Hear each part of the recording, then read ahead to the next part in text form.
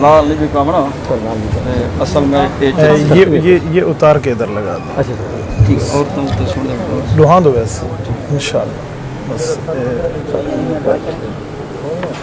ادھر اس کو اتار دیں بیٹا. کچھ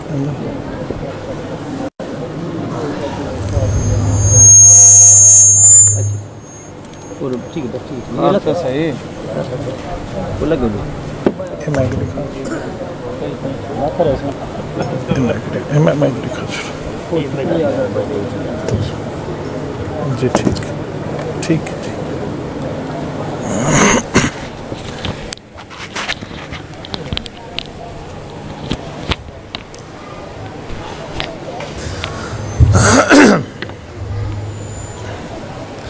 السلام علیکم ورحمۃ اللہ وبرکاتہ.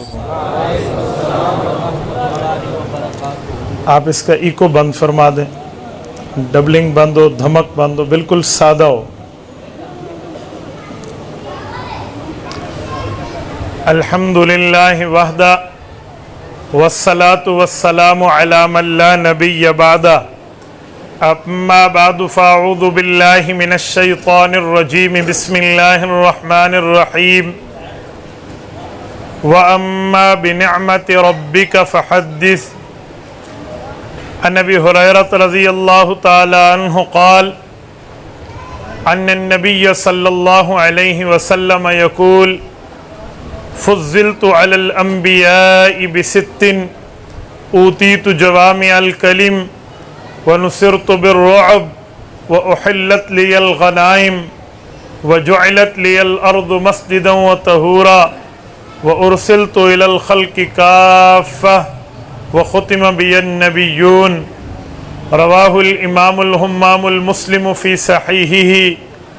صدق اللہ العظیم وبلغنا رسولہ النبی الامی الکریم ونحن علی ذلک لمن الشاہدین والشاکرین والحمد للہ رب العالمین.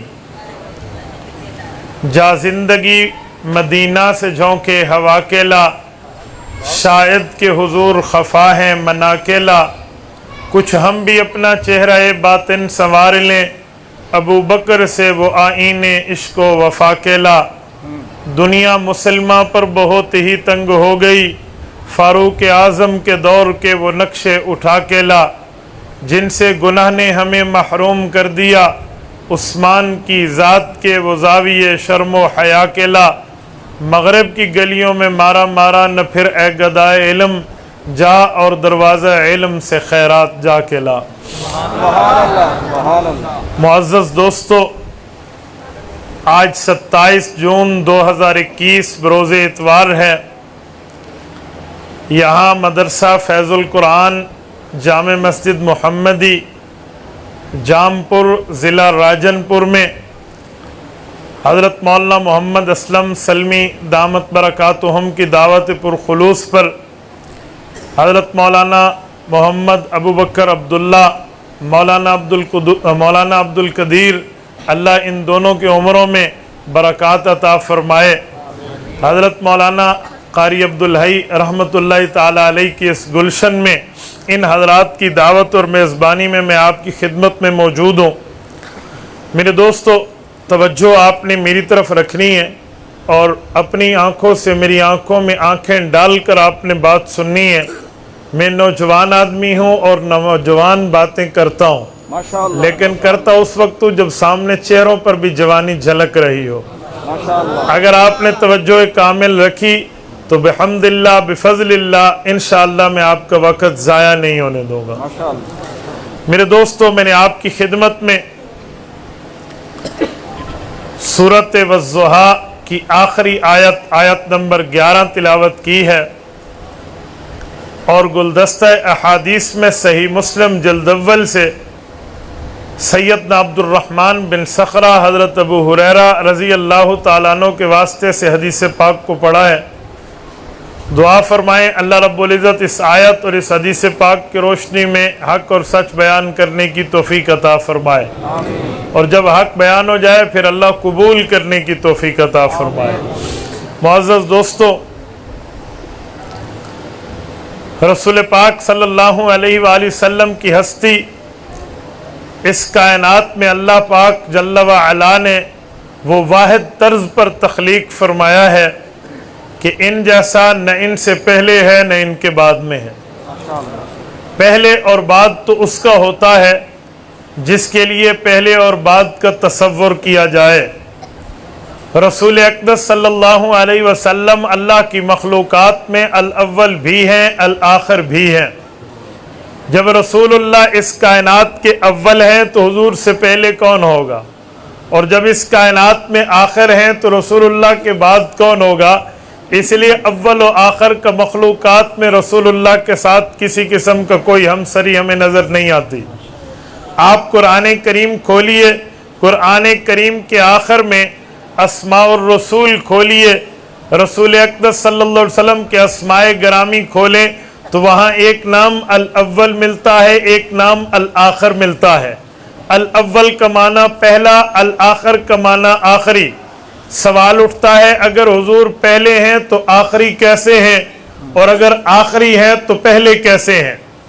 دیکھو اس جگہ جو پہلے آ کر اسٹیج پر بیٹھا وہ آخری تو نہیں ہو سکتا، اور جو آخر میں آئے گا وہ پہلا نہیں ہو سکتا۔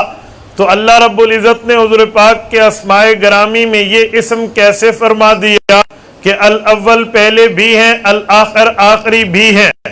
قاسم العلوم والخیرات، بانی دارالعلوم دیوبند، حجت الاسلام والمسلمین، حضرت امام مولانا محمد قاسم النانوتوی، اللہ اس کی قبر پہ کروڑوں ارب رحمتیں نازل فرمائے۔ حضرت نانوتوی کے علوم کو سامنے رکھیے تو یہ عقدہ حل ہوتے 1 منٹ بھی نہیں لگتا۔ فرماتے ہیں حضور پاک کے یہ دونوں نام بالکل برحق اپنے مقام پہ ٹھیک ہیں۔ کہا وہ کیسے؟ کہا اگر جہت بدل جائے تو الاول بھی ہیں الآخر بھی ہیں۔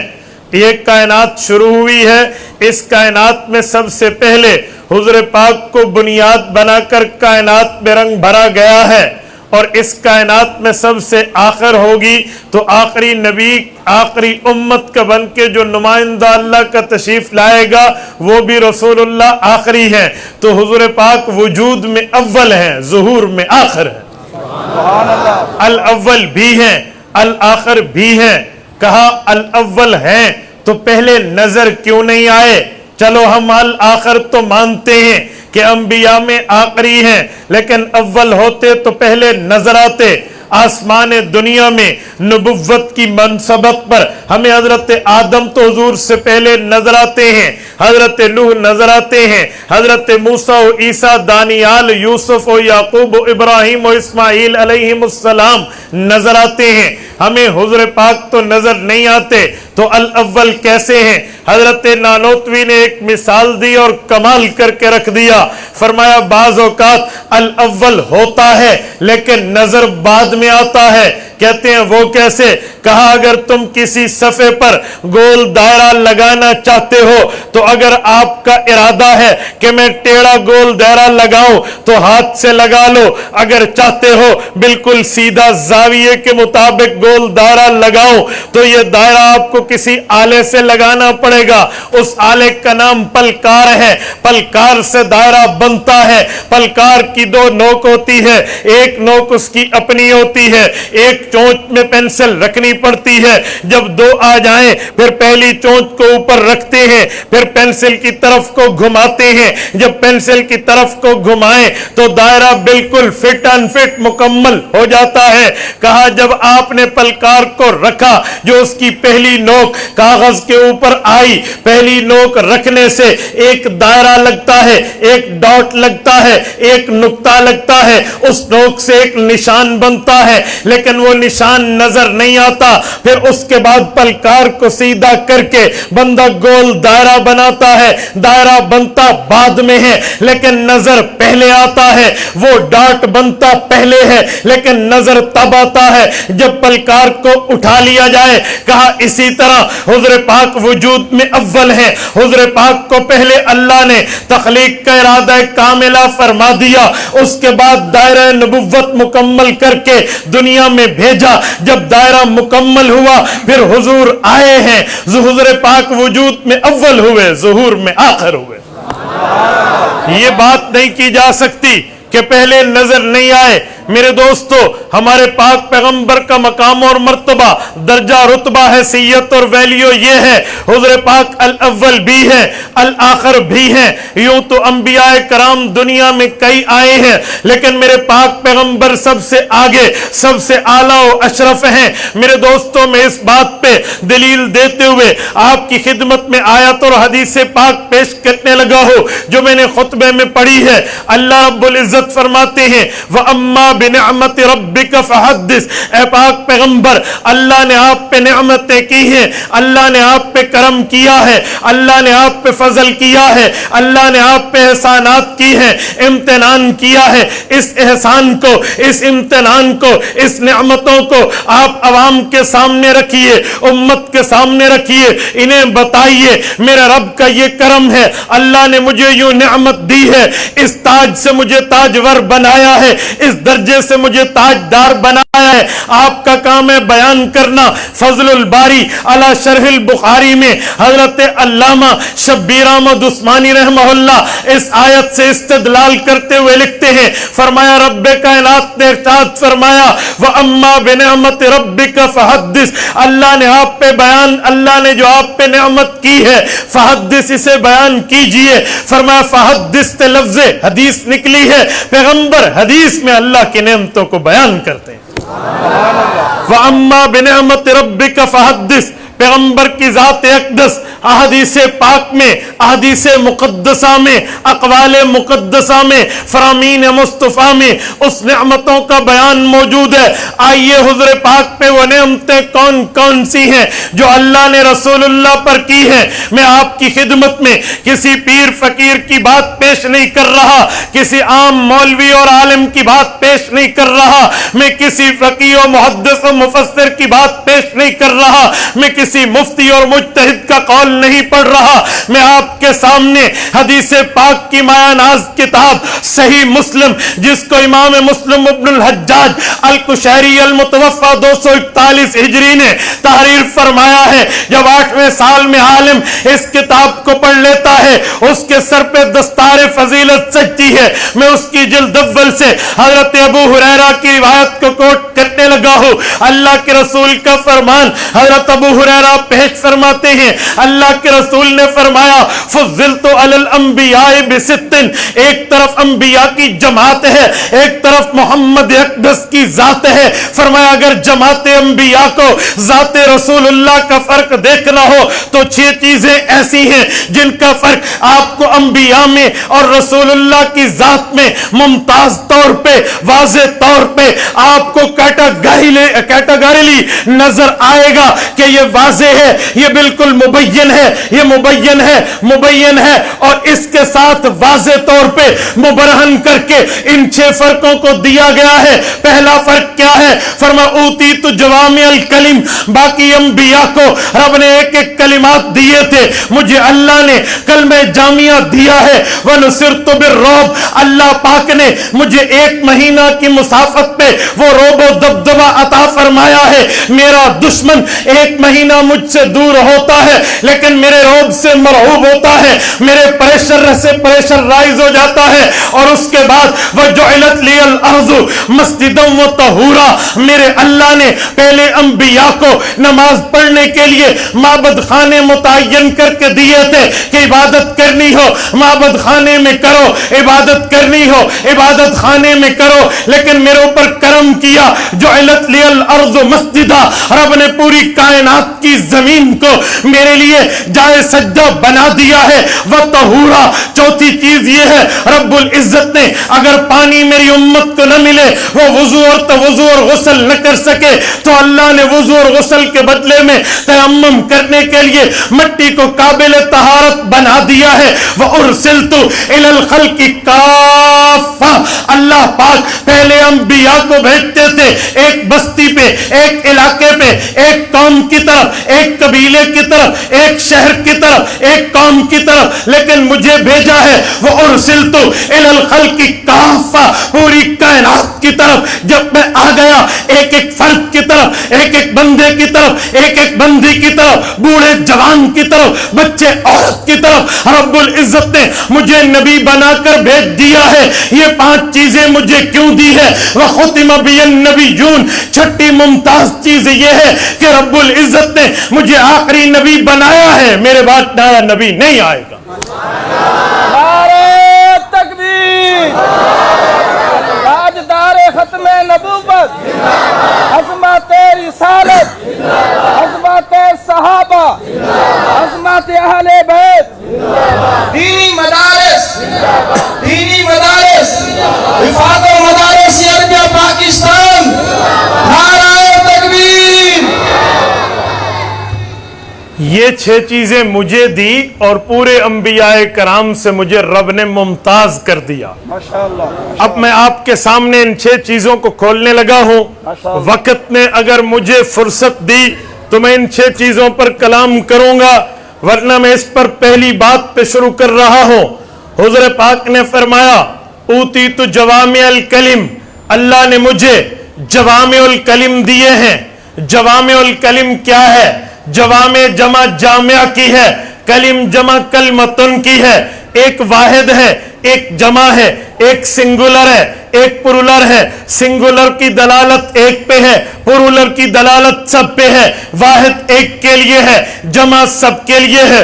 اوتیت جوامع الکلم. رب نے مجھے تمام کلمات کا کلمہ جامعہ دیا ہے. یہ کلمہ کیا ہے؟ کلمہ جامعہ کیا ہے؟ میرے دوستو، کلمہ کہتے ہیں بات کو، مسئلے کے حل کو، فیصلے کو کلمہ کہتے ہیں. باقی انبیاء آئے تھے، ایک لمیٹڈ ٹائم لے کر آئے تھے، محدود وقت لے کر آئے تھے، محدود علاقہ لے کر آئے تھے، محدود زمانہ لے کر آئے تھے، محدود افراد و اقوام لے کر آئے تھے. تو ان کے پاس مسائل کے حل کے لیے کلمات بھی محدود تھے. مسئلہ نکلتا، پیغمبر کلمہ بتا کر مسئلے کو حل کر لیتے. حضور پاک محدود وقت کے لیے نہیں آئے، لا محدود وقت کے لیے آئے ہیں. لمیٹڈ ٹائم کے لیے نہیں آئے، ان لمیٹڈ ٹائم کے لیے آئے ہیں. کسی ایک زمانے کے لیے نہیں آئے، حضور تمام زمانوں کے لیے آئے ہیں، قیامت تک کے لیے آئے ہیں. قیامت تک کے آخری امتی بھی رسول اللہ کا امتی ہوگا، حضور پاک کا امتی ہوگا.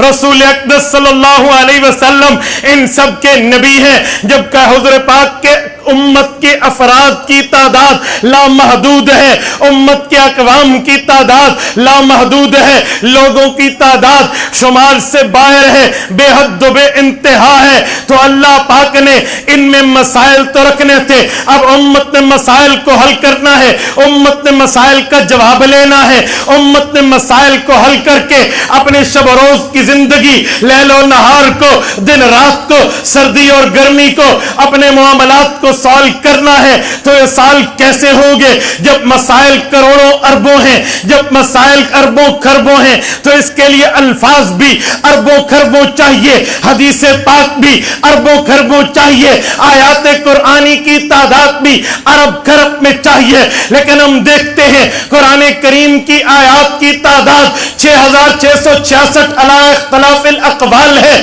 6500 سے بڑھ کے نہیں ہے. پیغمبر اسلام کی احادیث کو نکالیں اور رسول اللہ کی حدیث میں مقررات بھی ہے، یعنی ڈبلنگ ہے. ایک صحابی سنائے، وہ صحابی دوسرا سنا دے. حدیث وہ ہو، اسے 2 حدیثیں کہتے ہیں. حالانکہ متن پیراگراف تو ایک ہوتا ہے. اگر ہم مقررات نکالیں، ڈبلنگ نکالیں، تو پیغمبر کے فرامین کے متون کی کل تعداد 50,000 ہے. 50,000 احادیث کے متن ہیں، 6500 قرآن کی آیتیں ہیں. کل ملا کر یہ تو بن جائے گا زیادہ سے زیادہ 55,000 روایات و آیات ملے گی. امت کے افراد کی تعداد خربوں میں، مسائل کی تعداد خربوں میں، آیتیں حدیثیں. اگر ایک ایک مسئلے کا حل ایک ایک آیت سے ملے تو مسئلے تو ختم نہیں ہوں گے، آیات اور متون تو ختم ہو جائیں گی. تو رب العزت نے اس مسئلے کو حل یوں کیا، اوتیت جوامع الکلم.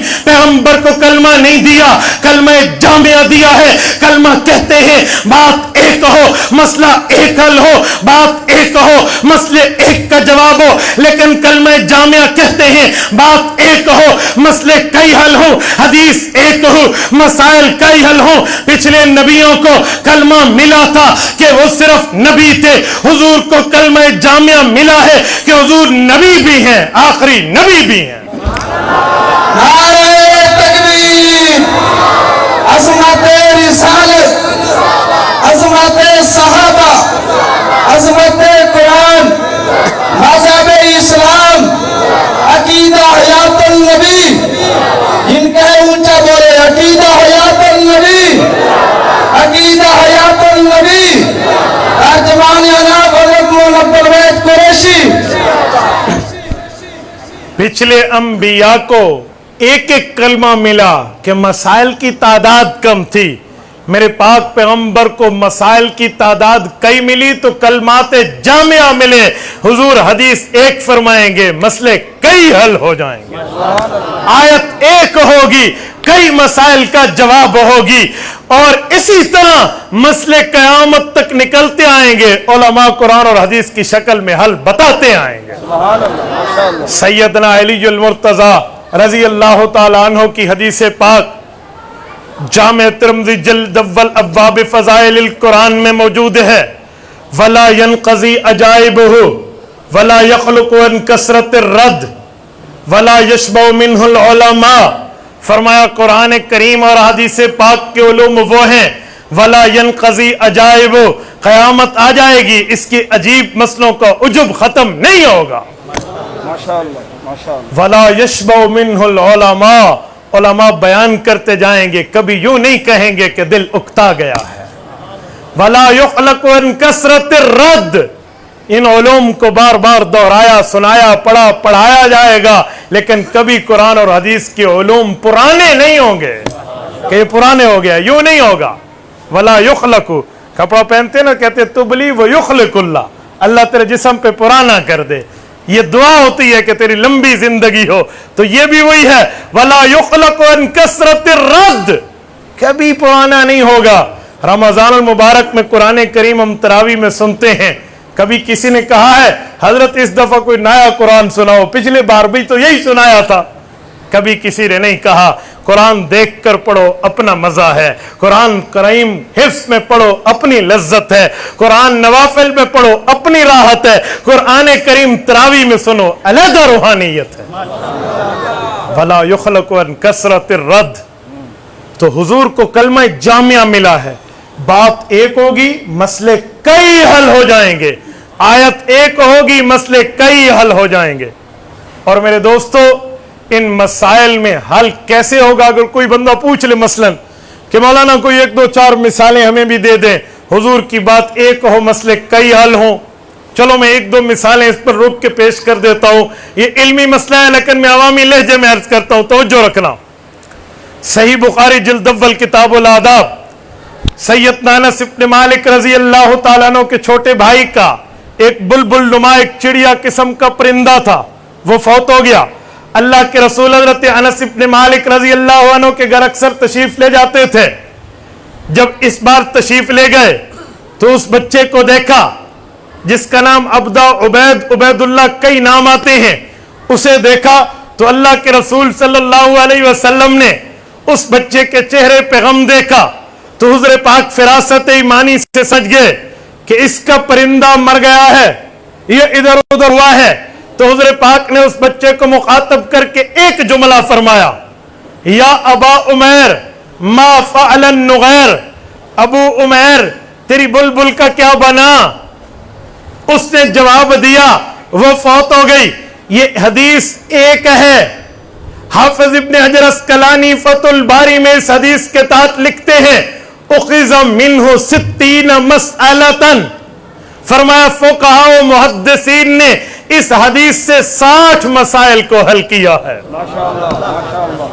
شیخ الحدیث والتفسیر من لقب فی عالم الاسلامی اولا بشیخ الحدیث, مولانا محمد زکریا کاندلوی, فضائل اعمال والے, اللہ ان کی قبر پہ کروڑوں اربوں رحمتیں نازل فرمائے.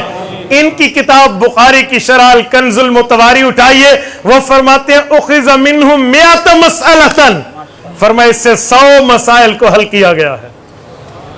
میرے جانے کے بعد آپ کو کوئی کہے گا مولوی صاحب نے 100 ہی میں ٹھوک دیتے ہیں، کوئی 2 4 10 تے جاوے ہے نا، وہ کیڑے مسئلے سن؟ توجہ رکھنا، میں آپ کی خدمت میں مسائل کو رکھنے لگا ہوں۔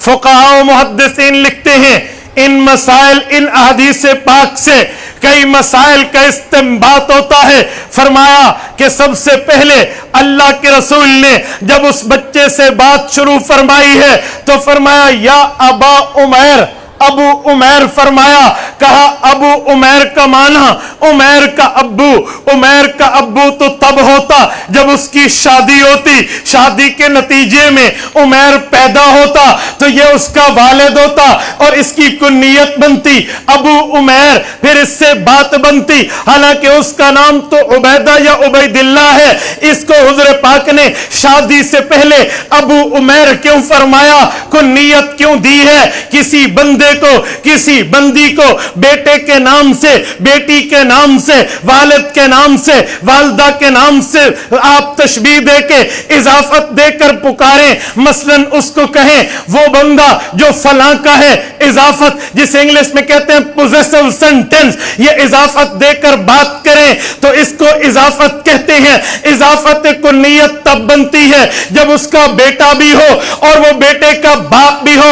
فرمایا ادھر تو نکاح نہیں ہوا، عمیر تو پیدا نہیں ہوا، اس کو ابو عمیر کیوں کہا؟ اس کی اضافت، اس کی نسبت، اس کی ریلیشن شپ، اس کا تعلق ابو عمیر کہہ کر کیوں کیا ہے؟ حالانکہ بچہ ہے، کوارا ہے، انمیرڈ ہے، شادی شدہ نہیں ہے۔ فرمایا وجہ یہ ہے، حضور پاک بتانا چاہتے ہیں کوئی بندہ شادی سے پہلے اپنی کنیت رکھے تو رکھنا جائز ہے۔ ماشاءاللہ ماشاءاللہ یا ابا عمیر۔ ماشاءاللہ۔ اچھا ایک اور بات بھی پتہ چلی، نابالغ ہو تب بھی بندہ اپنی کنیت رکھ سکتا ہے، یا اس کا والد رکھ سکتا ہے، والدہ رکھ سکتی ہے، اس کی کنیت رکھی جا سکتی ہے۔ اچھا ایک مسئلہ اور بھی حل ہوا، حضور پاک نے بچے کے چہرے پہ غم دیکھا، اس سے بطور مذاق پوچھا، بطور مزاح پوچھا، بطور دل لگی پوچھا، بطور دل بہلانا پوچھا، یا ابا عمیر ما فعل النغیر، ابو عمیر تیری بلبل کا کیا بنا؟ تو کیا پتہ چلے کوئی بڑا آدمی اگر چھوٹے سے مذاق میں پیار میں اس کے دل لگی کرے تو یہ کرنا جائز ہے۔ ایک مسئلہ اور بھی نکلا کہ اگر کوئی بڑا آدمی گھر میں آئے، اسے پتہ چلے کہ یہاں کوئی جانور فوت ہوا ہے تو صرف انسانوں کی تعزیت نہیں ہے، جانور کی وفات پر بھی تعزیت کی جا سکتی ہے۔ کہیں دی جو منج مر ونجے وہ 5 لاکھ 4 لاکھ 3 لاکھ دی جو منج ہوئے تو ہوندی تو سب سے مر گئی ہے نا، تو کسی کی بھینس فوت ہو جائے تو واقعی تعزیت بنتی ہے۔ تو یہ حدیث میں کہاں سے نکلے گا؟ یا ابا عمیر ما فعل النغیر، ابو عمیر میں تو تعزیت کر رہا ہوں، تیری بلبل کا کیا بنا؟ کا پتہ چلا کسی جاندار کی وفات پر بھی تعزیت ہو سکتی ہے۔ اچھا ایک مسئلہ اور بھی نکلا کہ ایک مسئلہ مکہ مکرمہ کا ہے، ایک مسئلہ مدینہ طیبہ کا ہے۔ مکہ مکرمہ کا مسئلہ یہ ہے وہاں پر پرندوں کا شکار کر کے انہیں پکڑ کے پنجرے میں بند کر کے رکھنا جائز نہیں ہے، کیونکہ وہ حرم ہے، حرم کا شکار جائز نہیں ہے۔ تو یہ بھی تو حرم مدنی ہے، ادھر شکار کر کے بلبل کو پکڑ کے، چڑیا کو پکڑ کے، پرندے کو پکڑ کے پنجرے میں رکھا تھا، تو یہ تو ناجائز کام ہوا۔ یہ کیوں کیا تھا؟ کہا پتہ چلا حرم مکی میں ناجائز ہے، حرم مدنی میں جائز ہے، ورنہ حضور پاک فرماتے ناجائز کام کیا تھا، شکر ہے جان چھوٹ گئی، تمہاری بلبل مر گئی۔ یوں نہیں فرمایا، بلکہ اس کی دلداری کی خاطر اس سے تعزیت کی، تو پتہ چلا حرم مکی کا حکم اور ہے، حرم مدنی کا حکم اور ہے۔ ایک مسئلہ اور بھی نکلا، وہ یہ ہے کہ اگر کوئی آدمی پرندوں کو پکڑ کے گھر میں پالے پوسے، اس کے کھانے پینے کا لحاظ رکھے تو یہ کام بھی جائز ہے۔ ایک مسئلہ مزید بھی نکلا کہ اگر والد اپنے بچے کو کھیل کود کی چیز لے کر دے جس سے بچے کا دل بہلے تو یہ چیز لے کر دینا بھی جائز ہے۔ میرے دوستو، اخذ منہ 60 مسئلتن و100 مسئلتن، سینکڑوں مسائل ان جیسی احادیث سے فقہاء و محدثین نے نکال کے بتائے ہیں۔ اسے کہتے ہیں اوتیت جوامع الکلم۔ باقی نبیوں کو کلمہ ملا تھا، ایک بات کا ایک حل ہوتا تھا۔ حضور نے فرمایا مجھے اوتیت جوامع الکلم، مجھے صرف کلمہ نہیں کلمہ جامعہ ملا ہے۔ مسئلہ ایک بتاؤں گا، مسائل کئی حل ہو جائیں گے۔ سبحان اللہ، سبحان اللہ، ماشاءاللہ۔ چلو لگے ہاتھوں اس پر اور بات بھی کرتا جاؤں۔ یہ 2-3 پرچیاں آئی ہیں، یہ بھی اسی عنوان پہ ہیں، ماشاءاللہ۔ اور میں اسی عنوان سے آپ کی خدمت میں ایک جملہ سمجھانے کے لیے عرض کیے دیتا ہوں۔ حضور پاک ایک بات فرمائیں، آیت ایک قسم کی آئے مسئلے کئی حل ہو جائیں، وہ کیسے؟ توجہ رکھنا، آپ ذرا میری طرف دیکھنا۔ ماشاءاللہ، ماشاءاللہ۔ بقرعید کے دن آنے لگے ہیں، عید الاضحیٰ، عید قربان کی آمد ہے۔ ہم قربانی کے لیے جانور خریدتے ہیں، اس کو قربانی کے لیے ذبح کرتے ہیں، ذبح ہو کے کھایا جاتا ہے، تقسیم کر دیا جاتا ہے۔ اب سوال اٹھتا ہے کہ اس کا کوئی ثواب بھی ہے یا نہیں ہے؟ سنن ابن ماجہ میں امام ابن ماجہ القزوینی رحمہ اللہ نے حضرت زید ابن ارقم رضی اللہ عنہ کے واسطے سے حدیث پاک لائی ہے کہ بِكُلِّ شَعْرَةٍ مِّنَ الصُّوفِ حَسَنَةٍ، بِكُلِّ شَعْرَةٍ حَسَنَةٍ وَبِكُلِّ شَعْرَةٍ مِّنَ الصُّوفِ حَسَنَةٍ، ہر بال کے بدلے میں نیکی۔ ایک صحابی نے پوچھا یا رسول اللہ میرا جانور تو اونی ہے، فرمایا ہر اون کے بال کے بدلے میں نیکی۔ ماشاءاللہ۔ ایک حدیث پاک ہے، اللہ کے رسول کا فرمان اما جان رضی اللہ عنہ بتاتی ہیں، اما عائشہ صدیقہ رضی اللہ عنہ ام المؤمنین، جامع ترمذی میں موجود ہے ابواب الاضاحی میں، فرمایا ما من مسلمین، کوئی مسلمان آدمی یضحی جو قربانی کرتا ہے اور جانور خریدتا ہے اور اس کو ذبح کرتا ہے، انہو لیأتی یوم القیامت بقرونہا واشعارہا وازلافہا وان الدم لیقع من اللہ بمکان قبل ان یقع من الارض فتیبوا بہا نفسا۔ وہ آدمی جب اس جانور کو ذبح کرے گا، قیامت کے دن وہ جانور آئے گا، وَأَنَّ الدَّمَ لَيَقَعُ مِنَ اللَّهِ، خون لے کر آئے گا جو اللہ کے لیے اس نے اس کا کاٹ کے باہر نکالا تھا، وہ آئے گا کس چیز سے؟ بِقُرُونِهَا وَأَشْعَارِهَا وَأَزْلَافِهَا، خون کے ساتھ آئے گا، کھروں کے ساتھ آئے گا، اون کے ساتھ آئے گا، سینگوں کے ساتھ آئے گا، بالوں کے ساتھ آئے گا، اور آ کر اس کے نام اعمال کو وزنی کر دے گا۔ اچھا ایک اور حدیث ہے، حضرت اما جان کی روایت ہے، مصنف عبد الرزاق کتاب الضحایا کی ہے، امام عبد الرزاق ابن الحمام الصنعائی رحمت اللہ علیہ حضرت امام بخاری کے استاذ، امام حمیدی کے استاذ ہیں، حضرت امام اعظم ابو حنیفہ رحمہ اللہ کے معناس شاگرد ہیں۔ یہ روایت مصنف عبد الرزاق میں لائے ہیں، فرماتے ہیں اللہ کے رسول کی روایت اما جان عائشہ رضی اللہ تعالی عنہ ارشاد فرماتی ہیں، فرمایا قیامت کے دن جو آدمی نام اعمال کو بھاری کرنا چاہتا ہے اسے چاہیے جانور کی خدمت کرے کہ اس کا کھانا پینا و بول و براز بھی اس کی نیکیوں میں تلے گا۔ ماشاءاللہ۔ میرے دوستو اس سے سمجھ آتا ہے کہ جانور کا ثواب ہے۔ اب توجہ رکھنا، جامپور کے غیرت مند مسلمانوں ذرا توجہ رکھنا، میں سوال کر رہا ہوں ثواب کس کا ہے؟ حدیث بتاتی ہے اون کا ہے، حدیث بتاتی ہے کھال کا ہے، حدیث بتاتی ہے بال کا ہے، حدیث بتاتی ہے کھر کا ہے، حدیث بتاتی ہے اسی طرح سینگ کا ہے۔ اچھا یہ چیزیں تو کھائی نہیں جاتی، کھر کوئی نہیں کھاتا، سینگ کوئی نہیں کھاتا، بال کوئی نہیں کھاتا، کھال کوئی نہیں کھاتا، اس خون کو کوئی نہیں پیتا، تو بھائی ثواب میں گردہ کہاں گیا؟ ثواب میں دل کہاں گیا؟ جگر کہاں گیا؟ چوری کہاں گئی؟ دستی کہاں گئی؟ سری کہاں گئی؟ پائے کہاں گئے؟ گوشت کہاں گئے؟ اس کا ثواب تو حضور نے نہیں بتایا۔ ان چیزوں کو بتایا جو نہیں کھائے جاتے، ان چیزوں کو بتایا ہے جو نہیں کھائے جاتے، اور ان کا نہیں بتایا جو سارے نہیں بولتے، جو آخر تک بولیے بنگلہ دیش ہے پیچھے، وہ پاکستان نہیں ہے، اس کا ثواب نہیں بتایا جو کھائے جاتے ہیں۔ میرے دوستو، وجہ اوتیت جوامع الکلم، کلمہ جامعہ ملا ہے، بات ایک ہے، مسئلے کئی حل ہوں گے۔ بھائی وہ کیسے؟ بھائی جانور میں دو چیزیں ہیں، نمبر 1 کھایا جانے والا مواد، نمبر 2 نہ کھایا جانے والا مواد۔ ان میں افضل کیا ہے، جو کھایا جاتا ہے یا جو پھینکا جاتا ہے؟ جو کھایا جاتا ہے وہ افضل ہے، اور جو پھینکا جاتا ہے وہ مفضول ہے۔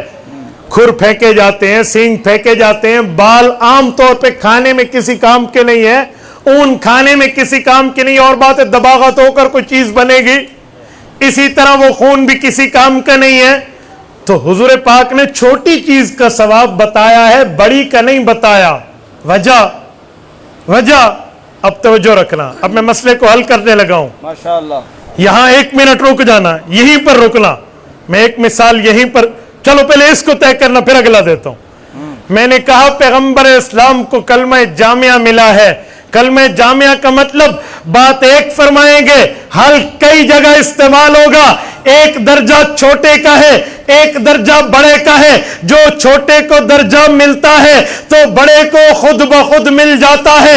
حضور پاک نے ان کا ثواب بتایا جو نہیں کھائے جاتے، ان کا ثواب بتایا جو پھینکے جاتے ہیں، تو جو کھائے جاتے ہیں نہ کھائے جانے کا ثواب بتایا، کھائے جانے والے کا سمجھ آیا، چھوٹے کا بتایا تو بڑے کا سمجھایا۔ میں مثال دے رہا ہوں، یہاں ایک بندہ بیٹھے انہیں کہنے لگا آپ لوگوں کے لیے تو یہ چیز موجود ہے، جب آپ عوام کے لیے موجود ہے تو اسٹیج پہ علماء کے لیے تو بطریق اولا موجود ہے۔ تو چھوٹے کا بتایا، بڑے کا سمجھ آیا۔ حضور پاک نے چھوٹی چیز کا ثواب سمجھا کر بڑی چیز کا ثواب بتا دیا ہے، اسے کہتے ہیں اوتیت جوامع الکلم۔ اسی پر ایک مسئلہ اور حل ہوتا ہے، وہ کون سا؟ آج کل ایک شخص مجھے کہنے لگا مولانا میں نے ڈاکٹر ذاکر نائک صاحب کی گفتگو سنی ہے، ان سے سوال ہوا ہے کہ بھائی جو نمازیں بندے نے جان بوجھ کے چھوڑی یا جو نمازیں بھول کے چھوڑی اب کس کی قضا کرے؟ تو ڈاکٹر ذاکر نائک صاحب فرماتے ہیں کہ جن کو جان بوجھ کے چھوڑا ان کی قضا کوئی نہیں ہے، اور جنہیں بھول کے چھوڑا ان کی قضا ہے۔ میں نے پوچھا دلیل کیا ہے؟ کہتے ہیں ڈاکٹر صاحب فرماتے ہیں حدیث پاک میں ہے من نام عن صلاۃ او نسیہا فلیصلیھا اذا ذکرہا۔ حضور پاک نے فرمایا کوئی بندہ سو جائے، نیند میں نماز نکل جائے، یا کوئی بندہ بھول جائے، بھول میں نماز نکل جائے تو یاد آنے پہ یا اٹھ جانے پہ پڑھ لے۔ ادھر حضور نے جان بوجھ کے چھوڑنے والے کی بات نہیں کی، لہٰذا ڈاکٹر صاحب کے مطابق جان بوجھ کے نمازوں کی کوئی قضا نہیں ہے۔ میں نے کہا یاد رکھنا علم اتنا یتیم بھی نہیں ہوا کہ نرے ڈاکٹر سے پوچھا جائے۔ بھائی ڈاکٹر پلس عالم ہو تو سر آنکھوں پہ۔ وفاق المدار زندہ باد کا نعرہ لگ رہا تھا، صدر الوفاق کون ہے؟ ڈاکٹر عبدالرزاق اسکندر دامت برکاتہم العالیہ، اللہ صحت کاملہ عطا فرمائے۔ ڈاکٹر پلس محدث ہیں، سر آنکھوں پہ۔ ہمیں تو کوئی پرابلم نہیں ہے، ڈاکٹر پلس ہے نا، تو ہمیں تو کوئی مسئلہ نہیں۔ لاہور میں ڈاکٹر مفتی عبدالواحد صاحب رحمہ اللہ ڈاکٹر پلس مفتی ہیں، کوئی پرابلم نہیں ہے۔ تو جسٹ ڈاکٹر ہوگا تو اسے پوچھیں گے ڈاکٹریٹ کس میں کی ہے، پی ایچ ڈی میں کی ہے یا ایم بی بی ایس میں کی ہے؟ جس میں کی ہے وہی مسئلہ بتانا۔ جزاک اللہ استاد ذی المکرم حضرت علامہ خالد محمود، ڈاکٹر خالد محمود، اس طرح ڈاکٹر خالد محمود سمرو رحمہ اللہ شہید رحمہ اللہ، ڈاکٹر شیر علی شاہ، رائٹ؟ اب تو دیکھو نا ڈاکٹرز کی لائن آ جائے گی۔ ہاں تو مسئلہ نہیں ہے، ہمارے پاس ڈاکٹر پلس عالم ہے۔ ڈاکٹر ذاکر نائک صاحب جسٹ ڈاکٹر ہیں، عالم نہیں ہے، کسی مدرسے پہ نہیں پڑھے، انہوں نے ڈاکٹریٹ کیا ہے ہندو مذہب پہ، ڈاکٹریٹ کی ہے باقی اس میں گرنتھ میں، وید میں، رگ وید میں، پوتھی میں، ان میں۔ ہندو کیا کہتے ہیں وہ ڈاکٹر ذاکر نائک سے پوچھو بتا دیں گے، لیکن مسئلے پر عمل کیسے کرنا ہے یہ ڈاکٹر کا کام نہیں ہے، ڈاکٹر پلس عالم کا کام ہے. عالم بھی تو ہونا چاہیے نا. میں نے کہا میں حدیث پاک سے سمجھاتا ہوں، توجہ رکھنا. آپ کی توجہ ہے یا نہیں ہے؟ مجھے لگتا ہے میں علمی بات شروع کرتا ہوں، آپ تھوڑے سے ایسے ڈھیلے ہو جاتے ہیں. تو ذرا ہاتھ کھڑا کریں جس کی توجہ نہیں ہے. بعض اوقات پوچھنا پڑتا ہے نا، انداز ہوتا ہے بھی کس کی نہیں ہے کس کی ہے، تو ویلے لال ہاتھ چوکی بیٹھے ہوئے. اب وہ بندے ہاتھ کھڑے کریں جس کی توجہ ہے. نعرہ تکبیر، تاجدار ختم نبوت، عظمت صحابہ، عظمت اہل بیت، عظمت قرآن، مذہب اسلام، وفاق المدارس عربیہ پاکستان، اکابرین علماء دیوبند. نعرہ تکبیر. حضرت مولانا مفتی عبدالوہاب قریشی. میں نے کہا اس نے صرف حدیث پاک پڑھ کے بتایا، اور میں تمہیں بتاتا ہوں یہ جو حدیث پاک ہے یہ سب کی دلیل ہے. جو جان بوجھ کے چھوڑے گا وہ بھی پڑھے گا، جو بھول کے چھوڑے گا وہ بھی پڑھے گا، جو نیند میں چھوڑے گا وہ بھی نمازیں پڑھے گا. کہتے ہیں دلیل کیا ہے؟ میں نے کہا بتاؤ، جان بوجھ کے نماز چھوڑنا زیادہ برا ہے یا بھول کے نماز چھوڑنا زیادہ برا ہے؟ کہتے ہیں جان بوجھ کے نماز چھوڑنا زیادہ برا ہے، بھول کے چھوڑنا چھوٹا برا ہے. میں نے کہا جیسے قربانی کے مسئلے پہ چھوٹی چیز تھی جو کھر ہے چھوٹا درجہ ہے، جو سینگ ہے چھوٹا درجہ ہے، جو کھر ہے چھوٹا درجہ ہے، جو بالوں کھال ہے خون ہے پھینکا جاتا ہے. ثواب بتایا تو کھانے والے گوشت کا ثواب سمجھ آیا. اسی طرح حضور پاک نے چھوٹا جرم بھول کے نماز چھوڑنا، چھوٹا جرم نیند میں نماز چھوڑنا، اس کا ثواب اس کا لوٹانا بتایا تو جان بوجھ کے نماز چھوڑنا بڑے جرم کا جواب سمجھ آیا. اوتی تو جوامع الکلم، اوتی تو جوامع الکلم. بات ایک ہے، مسئلے کئی حل ہوتے ہیں.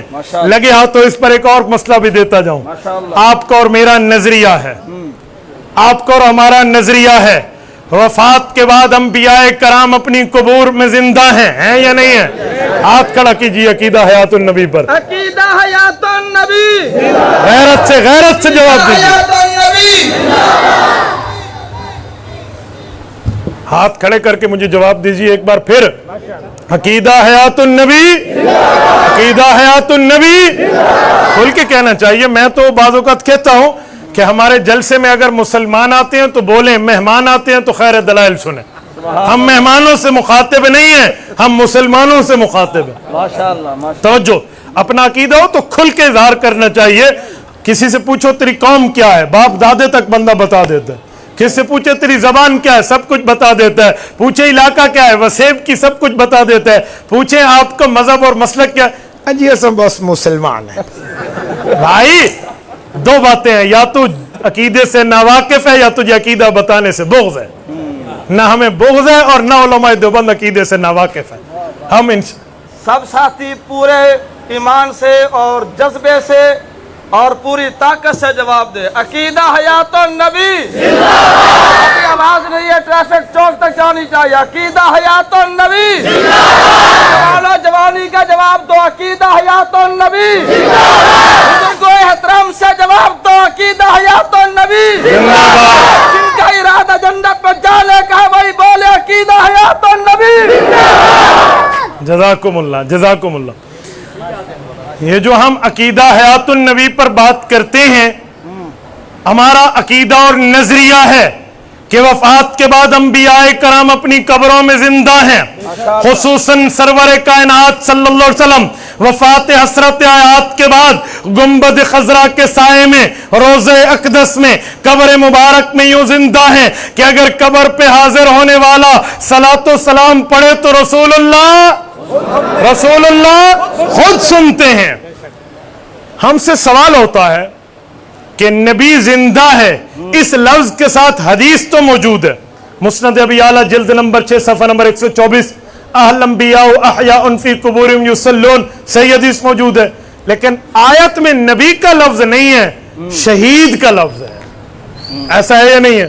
سورۃ بقرہ آیت نمبر 154، ولا تقولوا لمن يقتل في سبيل الله اموات بل احياء ولكن لا تشعرون. سورۃ آل عمران آیت نمبر 169. ولا تحسبن الذين قتلوا في سبيل الله امواتا بل احياء عند ربهم يرزقون فرحين بما آتاهم الله من فضله ويستبشرون. ان دو آیات میں رب العزت نے ارشاد فرمایا، پہلی آیت میں 3 باتیں فرمائی. ولا تقولوا لمن يقتل في سبيل الله اموات، شہید کو مردہ نہیں کہنا. اللہ ہم مردہ نہ کہیں تو کیا کہیں؟ فرمایا بل احیاء، اسے زندہ کہنا ہے. اللہ یہ زندہ ہوتا تو خود چلتا، زندہ ہوتا تو خود قبر میں جاتا، زندہ ہوتا تو نبضیں چلتی، زندہ ہوتا تو دل دھڑکتا، زندہ ہوتا تو سانسیں چلتی. اللہ بل احیاء تو مانتے ہیں زندہ ہے، لیکن زندہ کیسے ہے؟ نبض تو نہیں چلتی، دل تو نہیں دھڑکتا، سانس تو نہیں چلتی، زندہ کیسے؟ فرمایا وَلَٰكِن لَا تَشْعُرُونَ، تمہیں سمجھ نہیں آئے گی، تمہیں شعور نہیں ہے. ماشاءاللہ ماشاءاللہ. کتنی باتیں ہو گئی؟ جواب دیجئے کتنی ہو گئی؟ پہلی بات وَلَا تَقُولُوا لِمَن يُقْتَلُ فِي سَبِيلِ اللَّهِ أَمْوَاتٌ، مردہ نہیں کہنا. اللہ کیا کہیں؟ بل احیاء، زندہ کہو. اللہ زندہ کیسے ہے؟ نظر تو نہیں آتا. وَلَٰكِن لَا تَشْعُرُونَ، تمہیں شعور نہیں ہے، سمجھ نہیں آئے گی. آج جو بندے کہتے ہیں نا کہ ہم قرآن مانتے ہیں، وہ ان تینوں لفظوں کے پے در پہ انکاری ہیں. اللہ فرماتے ہیں وَلَا تَقُولُوا لِمَن يُقْتَلُ فِي سَبِيلِ اللَّهِ أَمْوَاتٌ، مردہ نہ کہنا. ان کا سارا دن لگتا ہے مردہ ہے مردہ ہے. اللہ فرماتے ہیں بل احیاء، زندہ کہو. ان کا سارا دن لگتا ہے زندہ نہیں ہے زندہ نہیں ہے. اللہ فرماتے ہیں وَلَٰكِن لَا تَشْعُرُونَ، تمہیں سمجھ نہیں آئے گی. یہ ہمیں کہتے ہیں مناظرہ کرو اور سمجھا کے دکھاؤ. ایسی بات نہیں. ہاں جی مناظرہ کرو جی، سمجھا کے دکھاؤ. میں مناظرے سے پیچھے ہٹنے والا نہیں ہوں. یاد رکھیں میں ایک جملہ کہتا ہوں، اس دھرتی پر، اس کرۂ ارض پر، اس چمکتے ستاروں کے آسمان کے نیچے کسی ماں کی کوکھ نے وہ آج تک بیٹا پیدا نہیں کیا جو علماء دیوبند کو دلائل میں پھنسا جائے.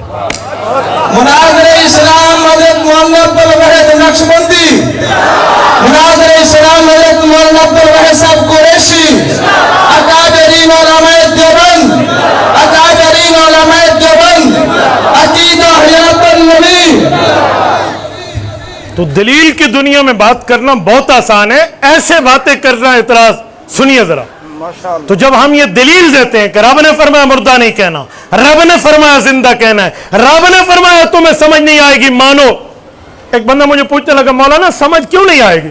میں نے کہا پتر بعض چیزیں ایسی ہوتی ہیں سمجھ نہیں آتی، ماننا پڑتا ہے. کہتا ہے کوئی مثال؟ میں نے کہا تیرے کندھے پر کیا؟ اچھا چلو میں آپ سے پوچھتا ہوں، آپ کے کندھوں پر کیا بیٹھے ہیں؟ کیا بیٹھے ہیں؟ کیا بیٹھے ہیں؟ سب بتائیں کیا بیٹھے ہیں؟ کس جگہ بیٹھے ہیں؟ کہاں پر؟ پکے ہو؟ کہاں بیٹھے؟ کندھوں پر. آپ نے اوپر قمیض پہن لیا، اب فرشتہ چھپ گیا ہوگا. نہیں، دلیل دو، دلیل دو نا. آپ مجھے سمجھائیں. آپ کہتے ہیں جو چیزیں سمجھ نہیں آتی ہمیں سمجھاؤ. میں کہتا ہوں ذرا پہلے اپنے مونڈے کو حل کر چا اگلی گل بات. ذرا کندھے پر دیکھتے ہیں. اگر کہتے ہو کندھے پر فرشتہ ہے، اوپر قمیض آئی ہے، بنیان آئی ہے، واسکٹ آئی ہے، کندھے پر چادر آئی ہے، فرشتہ کہاں گیا؟ عقل نہ پیش کرنا، نس پیش کرنا، قرآن اور حدیث دینا. ماشاءاللہ بہت خوب.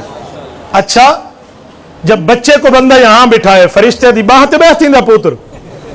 پولیس والے تفتیش کے لیے الٹا لٹکاتے ہیں، فرشتہ کہاں جاتا ہے؟ نہانے کے لیے شاور آن کرتے ہو، فرشتہ کہاں جاتا ہے؟ سوئمنگ کے لیے نہر اور دریا میں جاتے ہو، فرشتہ سجویں دے سنہ تھیندے کہاں جاتے ہیں؟ سمجھاؤ. کہتے سمجھ کو نہیں آندی با اللہ دا آکھا ہے منو. تے میرا پوترا اتھے ہی سمجھ کو نہیں آندی، اللہ آکھا ہے زندہ ہے منو. تو یہاں بھی اللہ نے کہا ہے نا کہ مانو. یہ بھی عقل کیوں پیش کرتے ہو؟ یہ میں نے صرف اس لیے سمجھایا کہ میرے جانے کے بعد آپ کو کوئی کہنا اجی دلیل ولیل کوئی نہیں دیتی ایویں آکھس، اس لیے میں نے آیت پڑھ دی ہے. توجہ رکھنا، ہمارا نظریہ ہے انبیاء زندہ ہیں، لیکن قرآن کریم لفظ شہید کا دیتا ہے. اب سوال اٹھتا ہے کہ جب نبی کا لفظ حدیث میں تو آ گیا، قرآن کریم میں کیوں نہیں ہے؟ بھئی قرآن میں تو شہید کا ذکر ہے. ہمارے علماء ایک جواب دیتے ہیں کہ رسول اللہ بھی شہید ہیں، کیونکہ حدیث پاک میں رسول اللہ ظہر کے اثر سے شہید ہوئے ہیں، اور ظہر کے اثر سے شہید ہونے والا مسلم میں والمبتون شہید. بہت اچھا. ایک جواب، لیکن ایک جواب اس سے بھی زیادہ جو آدن چس آ گئی ہے، توجہ رکھنا.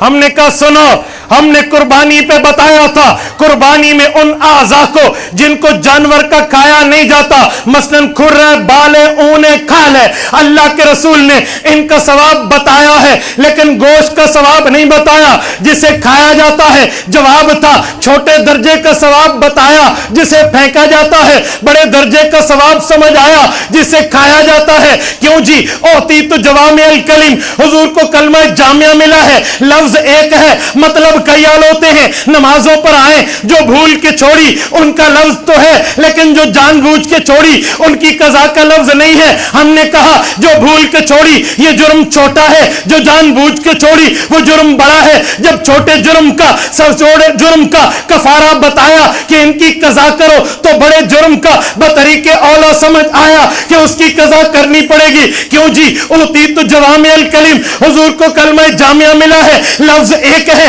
مطلب کئی حال ہوتے ہیں. میں نے کہا اسی طرح قرآن کریم میں شہید کے لیے زندہ کی بات آئی ہے، نبی کا لفظ واضح نہیں ہے.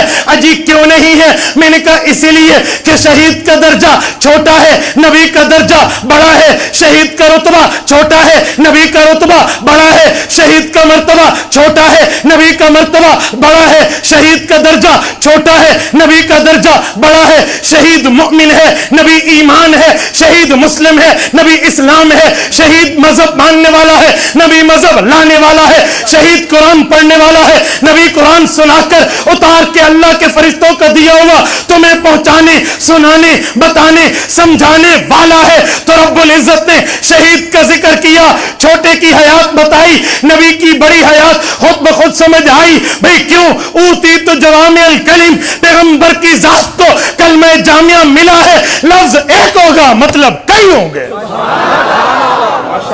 تو یہ تو بہت آسان ہے، یہ سمجھانا تو بہت آسان ہے. کہ کون کہتا ہے مشکل ہے؟ لیکن یاد رکھنا یہ میرے نبی کے لیے خصوصیت ہے، درجہ ہے، مقام و مرتبہ و رتبہ ہے کہ پیغمبر علیہ السلام کی فضیلت یہ ہے اوتی تو جوامع الکلم، کلمہ جامعہ ملا ہے، لفظ ایک ہوگا مطلب کئی حل ہوں گے. میں نے کہا اسی لیے میرے نبی الاول بھی ہیں، الآخر بھی ہیں. جب الاول بھی یہ ہے، الآخر بھی یہ ہے، نہ ان سے پہلے کوئی ہے، نہ ان کے بعد کوئی ہے، نہ ان کے رتبے کے برابر تو کیا ان کے رتبے کا ہمسر بھی کوئی نہیں. کیوں جی؟ میرے نبی امام الانبیاء ہیں. جامپور کے غیرت مند مسلمانوں، آپ جانتے ہو امام مقتدیوں سے آگے ہوتا ہے، اور امام وہ ہوتا ہے جس کے آگے تو آگے برابر بھی کوئی نہیں ہے. حضور پاک امام الانبیاء ہے. اللہ نے معراج کی رات مسجد اقصی فلسطین بیت المقدس میں مصلی امامت رسول اللہ کو دیکھ کر بتا دیا میرے نبی کے آگے تو آگے برابر بھی کوئی نہیں ہے. تو جب کوئی نہیں ہے اسی لیے کسی کو وہ رتبہ نہ ملا جو اوتی تو جوامع الکلم میرے نبی کو ملا. اللہ آپ کو رم صراط مستقیم عطا فرمائے. اقول قولی ھذا واستغفر اللہ وآخر دعوانا ان الحمد للہ رب العالمین.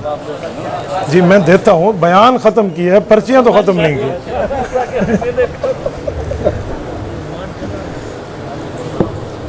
ماشاءاللہ، توجہ فرمائیں. یہ بھی پرچی کا جواب دوں گا، کسی اور نے کچھ اور لکھنا ہے تو اس کا بھی دوں گا. توجہ، لکھ کر مجھے بھیجتے جائیں، میں دیتا جاؤں گا. کہتے ہیں کچھ حضرات غیر مقلدین نماز کے بعد اجتماعی دعا کے متعلق اعتراض کرتے ہیں، اس کے متعلق رہنمائی فرمائیں. ذرا توجہ رکھنا. ماشاءاللہ. اجتماعی دعا جائز بھی ہے، ثابت بھی ہے، مسنون بھی ہے، مستحب بھی ہے. موجم طبرانی میں، سنن بہقی میں روایات موجود ہیں. حضرت انس بن مالک فرماتے ہیں رسول اللہ صلی اللہ علیہ وسلم نے سلام پھیرا، بعدما سلم یقول، اور سلام کے بعد حضور پاک علیہ الصلوۃ والسلام نے دعا کی اللہم انت السلام ومنک السلام تبارکت ربنا وتعالیت یا ذا الجلال والاکرام. تو حضور پاک نے دعا مانگی ہے، صحابہ کرام نے یہ دعا سیکھی ہے.